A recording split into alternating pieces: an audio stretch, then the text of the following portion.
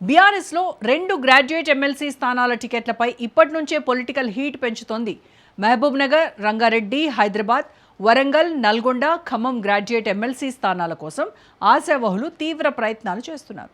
Ticket కోసం కీలక నేతల చుట్టూ తిరుగుతూ గ్రాడ్యుయేట్లు, నిరుద్యోగులతో సమావేశాలు నిర్వహిస్తున్నారు. దీంతో ఎవరి పేరు ఫైనల్ అవుతుందనే చర్చ పార్టీ వర్గాల్లో ఆసక్తికరంగా మారింది. మరి ఏ స్థానం నుంచి ఎవరెవరు రేసులో ఉన్నారు? టికెట్ కోసం ఎలాంటి ప్రయత్నాలు చేస్తున్నారు? బీఆర్ఎస్ వ్యూహం ఏంటి? Let's watch.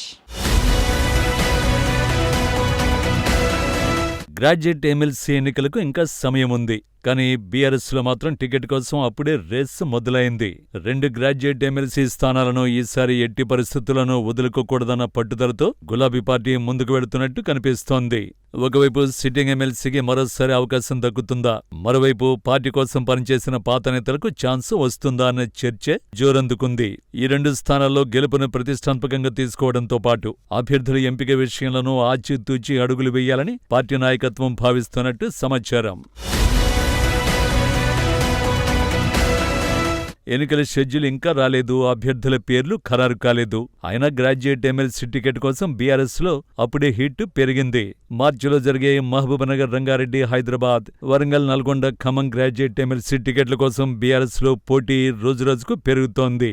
వరంగల్, నల్గొండ, ఖమ్మం స్థానానికి ఏనుగు రాకేష్ రెడ్డి, మాజీ corporation chairman Vasudeva Reddy, BRSV vice president Tunga Balu తీవ్రంగా ప్రయత్నాలు చేస్తున్నట్లు పార్టీ వర్గాల్లో చర్చ సాగుతోంది. వీరితో పాటు బీఆర్ఎస్ విద్యార్థి విభాగం, బీఆర్ఎస్వికి చెందిన పలువురు నేతలు కూడా టికెట్ రేసులో ఉన్నట్లు ప్రచారం జరుగుతోంది. అయితే గతంలో బీజేపీ నుంచి వచ్చిన ఏనుగు రాకేష్ రెడ్డికి Warangal, Khammam, Nalgonda graduate MLC ticket ఇచ్చింది బీఆర్ఎస్. మరి ఈసారి కూడా రాకేష్ రెడ్డికి టికెట్ ఇచ్చే ఛాన్స్ ఉందంటున్నాయి బీఆర్ఎస్ వర్గాలు.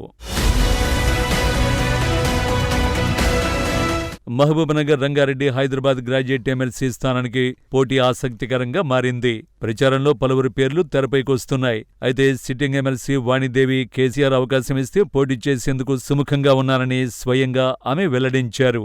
ఈసారి అవకాశం ఆమెకు దక్కుతుందా లేదా అన్నది కేసీఆర్ నిర్ణయంపైనే ఆధారపడి ఉంది. హైదరాబాద్, రంగారెడ్డి, మహబూబ్నగర్ పట్టభద్రుల ఎమ్మెల్సీ స్థానం కోసం బీఆర్ఎస్వి రాష్ట్ర అధ్యక్షుడు గెల్లు శ్రీనివాస్, మాజీ కార్పొరేషన్ చైర్మన్ అల్లిపురం వెంకటేశ్వరరెడ్డి వంటి నేతలు ప్రయత్నాలు చేస్తున్నట్టుగా ప్రచారం జరుగుతోంది. బయట నుంచి వచ్చే వారికి కాకుండా పార్టీలో ఏళ్లుగా పనిచేస్తున్న వారికి టికెట్ ఇవ్వాలంటూ ఆశావహులు పార్టీ ముఖ్య నేతల దృష్టికి తీసుకువెళుతున్నారు. అటు కేటీఆర్, ఇటు హరీష్ రావును కలిసి తమ వాదన వినిపిస్తున్నట్టు సమాచారం.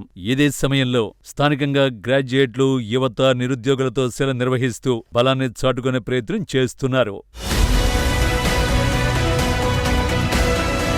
ఇటీవల సరూర్ నగర్ స్టేడియంలో జరిగిన యువ సంగ్రామ సభకు టికెట్ ఆశిస్తున్న నేతలు పెద్ద సంఖ్యలో యువతను తరలించినట్లు పార్టీ వర్గాలు చెబుతున్నాయి. అయితే ఆ విషయాన్ని బయటకు చెప్పడం లేదు. వచ్చే మార్చిలో గ్రాడ్యుయేట్ ఎమ్మెల్సీ ఎన్నికలు జరగనున్న నేపథ్యంలో ఆగస్టు లేదా సెప్టెంబర్ నుంచే ఓటర్ల నమోదు ప్రక్రియ ప్రారంభమయ్యే అవకాశాలు ఉన్నాయని బీఆర్ఎస్ అంచనా వేస్తోంది.